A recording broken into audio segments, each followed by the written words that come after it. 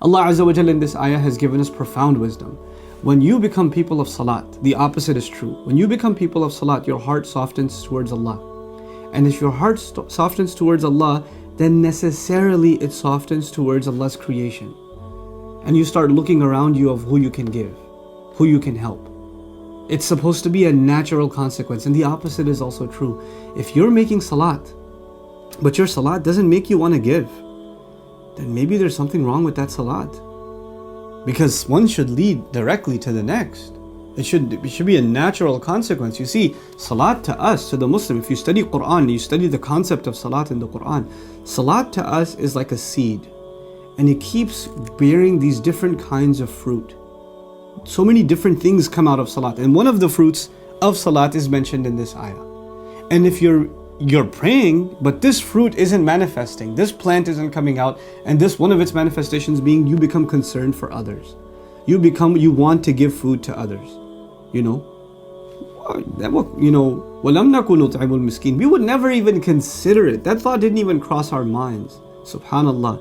There are people who assume, unfortunately, that they're people of Allah only by doing one thing or doing another thing. Okay, I'm going to make salat, I'm going to make really, really good salat, then I'm going to recite some Quran, then I'm going to study some ilm, then I'm going to do this, and they have a list of things they're going to do.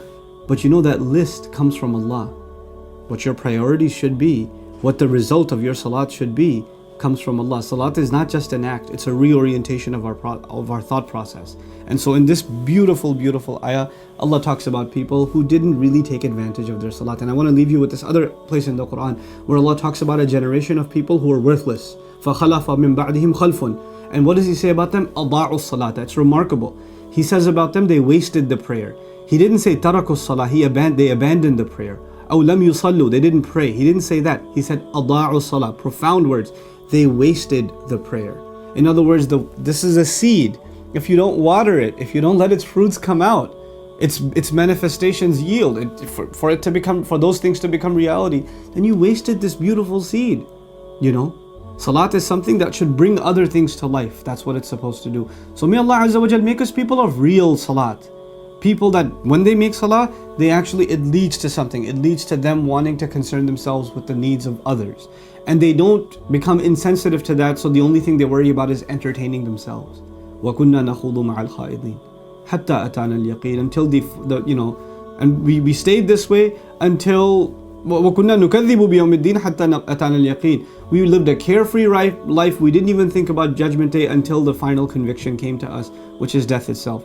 May Allah wake us up well before al-yaqeen comes to all of us. May Allah Azza wa Jal make us a people of salah and make us a people who give. And wallahi, when we give, maybe our deeds weren't enough, but the du'as of those that we gave to, maybe their du'as are going to be the ones that save us on Judgment Day.